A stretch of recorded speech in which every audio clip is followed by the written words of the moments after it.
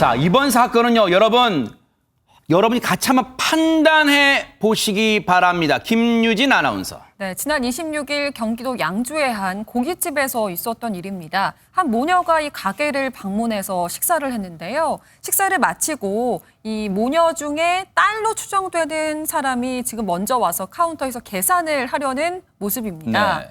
그런데 계산을 하다 말고 식당 안을 가리키면서 뭔가 따지는 듯한 그러네요. 모습인데요. 네. 그리고 일행 중에 다른 사람, 그러니까 엄마가 아이를 안고 지금 카운터로 와서 근데 이때 주목해서 볼 내용이 이분은 지금 마스크를 쓰지 않고 있는 상황입니다. 그러네요. 네. 카운터에 다른 사람들도 있었잖아요. 네. 그렇게 그 마스크를 쓰지 않은 상태로 식당 주인에게 계속 항의를 이어갔는데 그렇다면 이 모녀의 불만은 무엇이었을까? 네. 바로 코로나19 상황인데 자기 옆 테이블에 왜 다른 손님을 앉혔느냐? 그게 너무 불쾌했다라는 내용이었습니다. 그런데 모녀는 식사 중에는 별도로 뭐 자리를 바꿔달라 이런 요구를 하지는 않았던 것으로 알려졌어요. 네. 어쨌든 피해 업주는 이런 불만 사항이 접수됐으니까 일단 죄송하다라고 고개를 숙이면서 일부러 그쪽으로 손님을 안내해서 앉힌 것이 아니고 단골 손님들이다 보니까 알아서 익숙한 자리에 가서 앉으신 것 같다라고 설명을 했습니다. 네. 문제는 모녀가 이렇게 계산을 마치고 식당을 떠난 뒤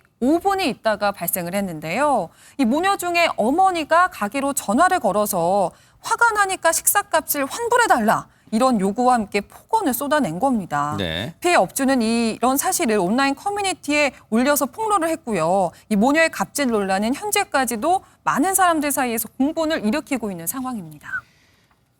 일단 손님 입장에서는 문제 제기할 만한 이 배경은 있는 것 같아요. 왜냐하면 코로나 국면에서 여러분 식당 가보시면 알겠지만 한 테이블은 거리 두기 차원에서 띄어 있도록 돼 있죠. 그렇게 조치를 취해야 되는 거죠. 그런데 지금 상황만 놓고 보면 당시에 단골 손님이 와서 그랬는지 모르겠지만 알아서 가서 앉았는지는 모르겠지만 그렇더라도 이 부분도 잘못됐죠. 업주분의 이 안내를 받아서 앉는 게 원칙이겠죠. 지금 상황에서는 어쨌든 이 부분에 이런 상황이 발생했는데 당시에 식사를 한 모녀는 가게를 나간 후 5분 뒤에 항의, 그런데 정중한 태도로 항의한 게 아니라 이런 상황이었답니다. 직접 들어보시고 이어가 보도록 하겠습니다. 그럼 우리 자리를 다시 중간으로 마련해줘야지. 그러면 거기까지 당장 물러나! 저희한테 말씀해 주셨으면 제가 중간으로 옮겨드렸겠죠. 아니, 끝까지 이 여자가 잘못했다는 말을 안 하네. 당장 거기까지 물러내. 통화에서 죄송하다고 말씀드렸잖아요. 야, 바꿔, 남자. 우리도 기분 나쁘게 서비스를 받았으니까, 그러면 저희가 뭐, 돈 10,000원이라도 깎아드릴게요. 이렇게 니네가 나왔어야지. 돈을 다 내신 것 때문에 기분이 나쁘셔서 이렇게. 기분 나빠! 기분 나빠! 더럽게 무슨 서비스를 받았어, 우리가? 옆에, 늙은 것들이 와가지고 밥 먹는데 해방한 거밖에 더 됐어? 이게 단순하게 생각하네, 이게. 야, 반대 톤데 너. 내가 언제 욕을 했어? 말을 했지. 아이씨가 여기야? 야, 아이씨가 여기야? 지금도 반말하시잖아요. 네가 나보다 나이가 어리잖아. 야, 네 저건 바꿔. 너 가구야? 니한테 왜 얘기해? 네가 사장인지 아닌지 어떻게 알아? 바꿔! 고깃값 붙여 다시. 가서 우리가 먹을 테니까. 최재범 교수님, 어떻게 이 상황을 받아들여야 할까요? 도저히 이해가 안 되네요. 문제가 있어서 예컨대 정말로 그 식당에 문제가 있어서 문제가 있다면 그 문제 제기는 할 수 있다고 저는 봅니다. 그러나 지금의 방식은 전혀 이해될 수 없는 상황이라는 저는 생각이 들어요. 문제가 있었으면 그 전에 얘기해서 문제를 해결하려고 요구를 했어야 되고요. 그리고 그 자리에서 마지막에 나오면서 또 한 번 사과를 했다잖아요. 그것도 만약에 문제가 있다고 하면 그 자리에서 문제를 제기했어야죠. 나와서 지금 그리고 두 번째는 문제가 되는 게 뭐냐면 대화하는 과정에 있어서 폭언이라는 생각이 들어요. 저거는 듣는 사람 입장에서는 그냥 정상적인 방법으로 문제를 제기했다라고 하면 어느 정도 식당 주인에 대한 잘못에 대해서 인정하는 부분이 있을 수 있을 텐데 지금 말하는 거 보면 거의 본인은 욕을 안 했다고 하지만 뭐 늙은 것들, 기분 나빠, 더럽고 그리고 남자 받고 이게 말이 됩니까? 단세포 이건 인격 모독적 발언이네요. 네. 저런 발언들을 했다는 것 자체가 저는 문제라고 합니다. 너 과부냐 예를 들면 서방받고 이런 말을 어떻게 할 수 있습니까? 네. 이거는요, 본인이 아무리 잘했더라도 저런 말 때문에 저는 이거는 인정될 수 없는 부분이라는 생각이 들어요. 저거는 저 말한 부분에 대해서는 저는 저 손님이라는 분이 사장한테 사과해야 한다고 생각합니다. 네. 그리고 만약에 본인이 정말 그게 문제라고 생각하고 그 문제에 대해서는 따로 문제를 제기할 수 있잖아요. 근데 항의하는 방식과 내용 자체가 받아들일 수 없는 부분이에요. 그래서 저는 이 손님이라는 분의 말도 정당성을 얻기 어렵다고 생각합니다. 피해 업주는 앞서 들은 것처럼 계속되는 폭언과 고성에도 비교적 침착하고 담담하게 대응을 이어갔습니다. 그런데 피해 업주한테요, 여기서 그치는 게 아니라 협박성 말까지 나왔다는데 마저 들어보시고 이어가 보도록 하겠습니다. 니네 있잖아, 방역수칙 어겼다고 찌르면 너네 300만 원이야, 몰라? 지금 협박하시는 겁니까? 협박하게 왜 했어, 네가? 이게 어디다 대고 그냥 하면 어때? 너까지 나가지 없는 그냥. 너 내가 예를 들어서 니네 집에서 먹은 고기 때문에 설사를 했어. 그럼 니네 걸리는 거야. 뭐 병원 가셔서 다 진료 받으시고 병원 뭐 그런 거 다 청구하세요, 그러면. 하시면. 또 터진 그게 말이야. 넌 내가 다음에 가서 너는 내가 그 카운터에서 너는 가만 안 놔둔다. 네, 그러세요. 터진 말 조심해라, 해. 장윤미 변호사님, 정말 오싹합니다. 저 말들을 들으니까요. 그렇죠. 이 업주가 얼마나 놀랐으면 바로 응대하는 게 이거 지금 저 협박하는 거냐고 묻지 않습니까? 대묻잖아요. 이런 거 바로 형사적으로도 처벌받을 수 있는 협박입니다. 뭐라고 그랬습니까? 당신 내가 찔러서 300만 원 과태료 물게 할 거야. 나는 10만 원이면 끝나. 라고 했는데 실제로 그 식당은 이 방역수칙을 또 지키고 있었다라고 해요. 칸막이가 다 설치가 돼 있었다라고 하고 아까도 CCTV 화면으로 보셨겠지만 이 모녀 중에 한 명은 마스크를 제대로 착용하고 있지 않았습니다. 아이를 들고 있으면서까지요. 그렇기 때문에 이런 막말 정말 용납할 수가 없는 부분이고 이 막말로 끝난 것이 아니라 또 협박성 문자까지 계속 전송을 합니다. 정말 입에 담을 수도 없는 가난한 XX들 협박하면 대체 얼마를 나한테 줄 거냐. 나는 10만 원으로 끝날 수 있지만 당신들 300만 원 내야 된다.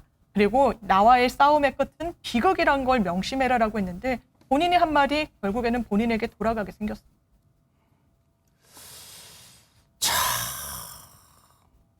진짜 어처구니가 없네요. 너희같이 가난한 놈들을 협박하면 대체 얼마 줄 건데. 그리고 나는 10만 원의 과태료지만 너희 업주는 300만 원의 과태료야. 아주 다 꿰고 있네요. 방역수칙 위반의 경우를. 그런데 정말 가뜩이나 정말 자영업자분들, 소상공인분들 힘든 시기에 이런 일까지 겹쳤습니다. 김유진 아나운서. 네, 이 모녀는 전화와 문자 메시지로 계속해서 이렇게 욕설과 협박을 이어왔는데요. 이후에는 연달아서 일부러 예약을 시도하고 별점을 테러하는 방법으로 계속해서 항의를 이어왔습니다. 그러면서 자기들도 억울한 부분이 있다면서 이 해당 업주가 처음 사연을 알렸던 그 인터넷 커뮤니티에 자기들도 글을 올렸다고 하는데요. 네. 어떤 내용이었냐 하면은 네. 뭐 불편함을 자기들이 건의하니까 업주가 이 내용에 공감하지 않았다. 그러면서 앞으로 또 다른 피해를 입을 손님들의 알 권리를 위해서 글을 남긴다라고 주장하는 내용이었는데요. 네. 현재는 이 글은 삭제된 상태라고 합니다. 네. 해당 고깃집은 부부가 운영하고 있는 이제 그런 업소인데요. 피해 업주의 아내는 이 사건이 일어나고 이틀 동안 잠도 제대로 못 자고 그 충격이 얼마나 컸는지 손발이 떨릴 정도여서 정신과에 가서 약까지 처방을 받았다고 하고요. 네. 피해 업주 역시 코로나19 때문에 지금 매출이 너무 급감해서 안 그래도 힘든데 이 일 때문에 며칠 사이에 체중이 4kg이나 줄 정도로 너무 큰 고통을 받고 있다라고 호소하고 있습니다. 네. 지금 이 태도로 그 영상 속에 항의하던 사람들은 모녀지간으로 이제 추정이 됩니다. 그런데 많은 사람들한테 이 해당 모녀는 혼쭐이 나고 있고 반면 지금 피해를 당하신 그 업주, 그 업소는 최정화 기자님 돈줄이 나고 있다는 이게 대체 무슨 말입니까? 네, 돈으로 혼쭐난다라는 요즘 신조어인데요. 어떤 뜻이냐? 이 어떤 좋은 일을 하거나 억울한 일을 당한 이야기를 들었을 때 요즘 사람들이 내가 내 돈을 가지고 그 매장을 방문해서 아주 돈줄 내줄 거야. 이렇게 뭔가 상품을 매출을 올려주는 이야기를 돈줄 낸다라고 얘기를 합니다. 네. 그런데 이런 갑질 이야기를 들은 이 사장님 이야기를 들은 많은 누리꾼들이요. 굉장히 공분을 이어갔는데요. 네. 이런 반응들을 보이고 있습니다. 듣는 내가 더 열받는다. 네. 아니 막말을 듣고 있는데 내가 암이 걸릴 것 같아요. 차분하게 대처한 저 업주분 정말 대단하다.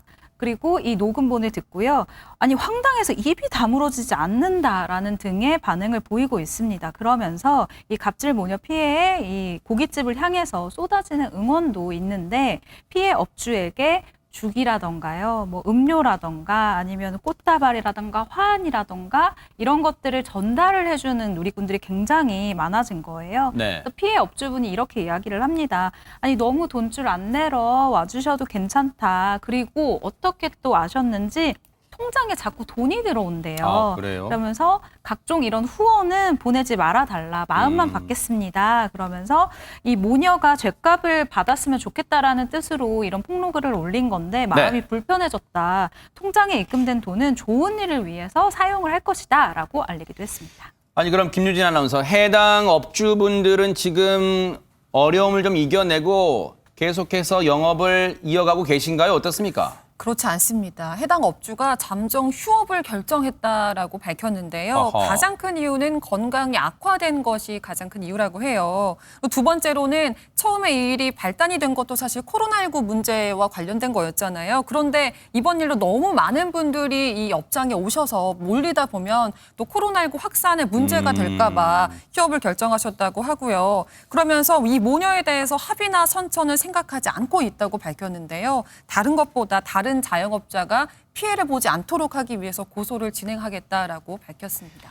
박성배 변호사님, 이번 사안 물론 업주분께서 무슨 고소 사건으로 가기를 원치 않으실 것 같습니다만 지금 이 상황, 앞서 험한 말을 했던 그 모녀 어떻습니까? 법적으로 처벌이 좀 가능합니까? 어떻습니까? 예, 두 모녀 측 발언은 단순 갑질을 넘어서서 부당한 목적을 달성하기 위해 신고를 하겠다는 내용으로 협박에 해당할 가능성이 충분히 있습니다. 피해 업주도 두 모녀가 다른 곳에서 또 이런 행패를 부릴까 걱정된다.